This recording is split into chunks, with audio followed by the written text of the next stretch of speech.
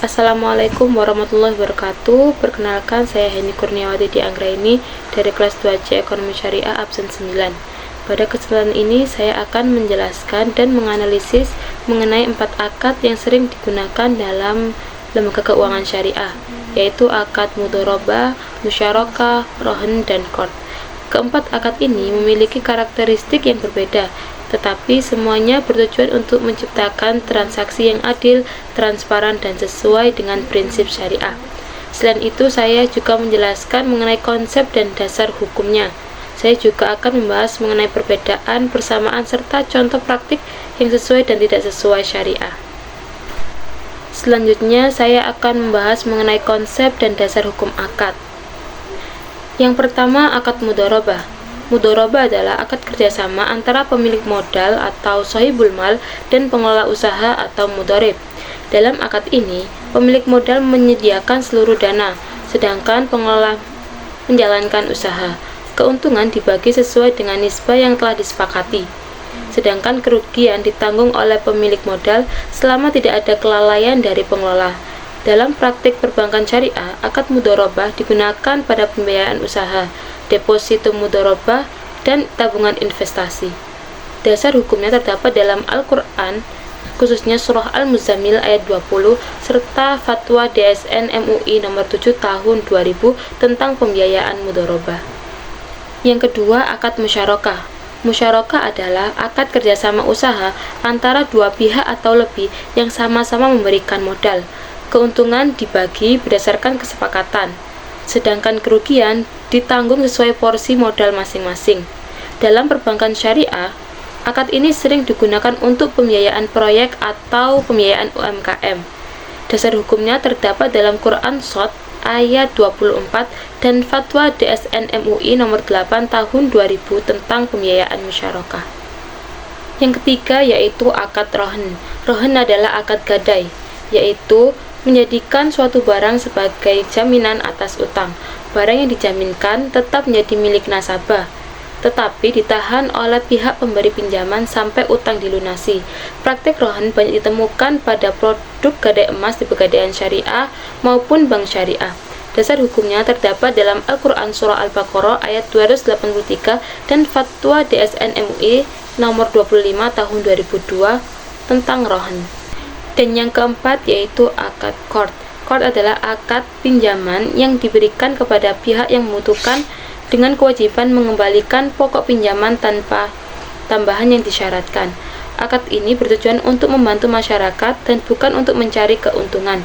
Dasar hukumnya terdapat dalam Quran Surah Al-Baqarah ayat 245 dan Quran Surah Al-Hadid ayat 11 serta Fatwa DSN MUI nomor 19 tahun 2001 tentang qard.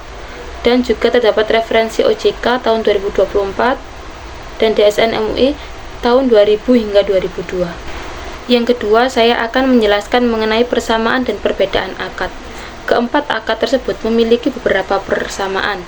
Pertama, semuanya merupakan akad yang dibolehkan dalam Islam dan digunakan dalam lembaga keuangan syariah. Kedua, seluruh akad harus memenuhi rukun dan syarat akad, seperti adanya pihak yang berakad, objek akad, dan kesepakatan kedua belah pihak. Ketiga, seluruh akad harus bebas dari unsur riba, gharar, dan maisir. Meskipun demikian, terdapat beberapa perbedaan yang cukup mendasar. Mudharabah dan musyarakah merupakan akad kerjasama usaha yang berorientasi pada keuntungan. Namun, pada mudharabah, modal hanya berasal dari satu pihak, sedangkan pada musyarakah, seluruh pihak ikut menyertakan modal. Sementara itu, rohen bukan akad kerjasama usaha, melainkan akad jaminan utang. Adapun qard merupakan akad pinjaman sosial yang bertujuan untuk membantu pihak yang membutuhkan tanpa mencari keuntungan.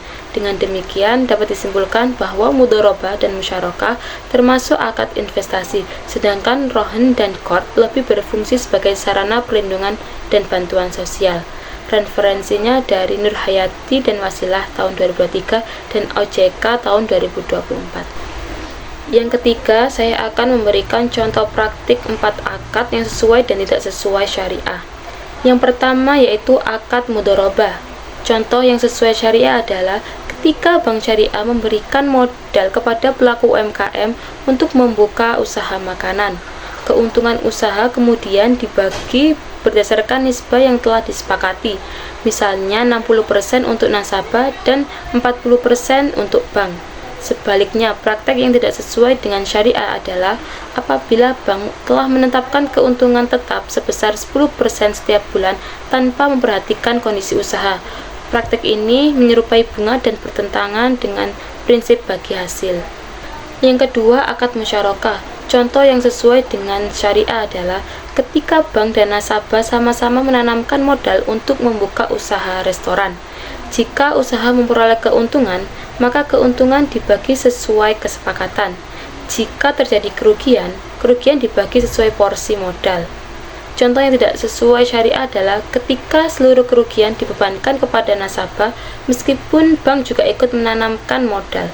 Hal tersebut tidak mencerminkan prinsip keadilan dalam musyarakah. Yang ketiga, pada akad rohn.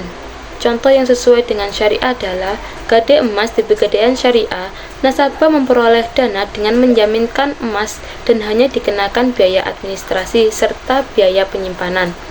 Contoh yang tidak sesuai adalah ketika pihak penerima gadai menggunakan atau mengambil manfaat dari emas yang dijaminkan tanpa seizin pemiliknya. Yang keempat, pada akad qard. Contoh yang sesuai syariah adalah pinjaman kepada nasabah yang membutuhkan dana darurat dengan kewajiban mengembalikan pokok pinjaman saja. Contoh yang tidak sesuai syariah adalah pinjaman yang mengharuskan nasabah membayar tambahan tertentu sejak awal akad karena tambahan tersebut termasuk riba. Saya menggunakan referensi dari Fatwa DSN MUI nomor 7, 8, 19, dan 25. Yang keempat, mengenai analisis dan argumen. Praktik-praktik yang sesuai syariah pada dasarnya memenuhi prinsip seperti keadilan, transparansi, dan pembagian risiko yang seimbang. Pada mudharabah dan musyarakah, keuntungan diperoleh dari aktivitas yang nyata, sehingga tidak mengandung unsur riba. Sebaliknya, praktek yang menetapkan keuntungan tetap atau membebankan seluruh resiko kepada satu pihak dianggap tidak sesuai syariah karena menghilangkan prinsip keadilan dan berbagi risiko yang menjadi dasar akad syariah. Pada akad rohn, syariah memperbolehkan biaya pemeliharaan barang jaminan karena merupakan biaya real.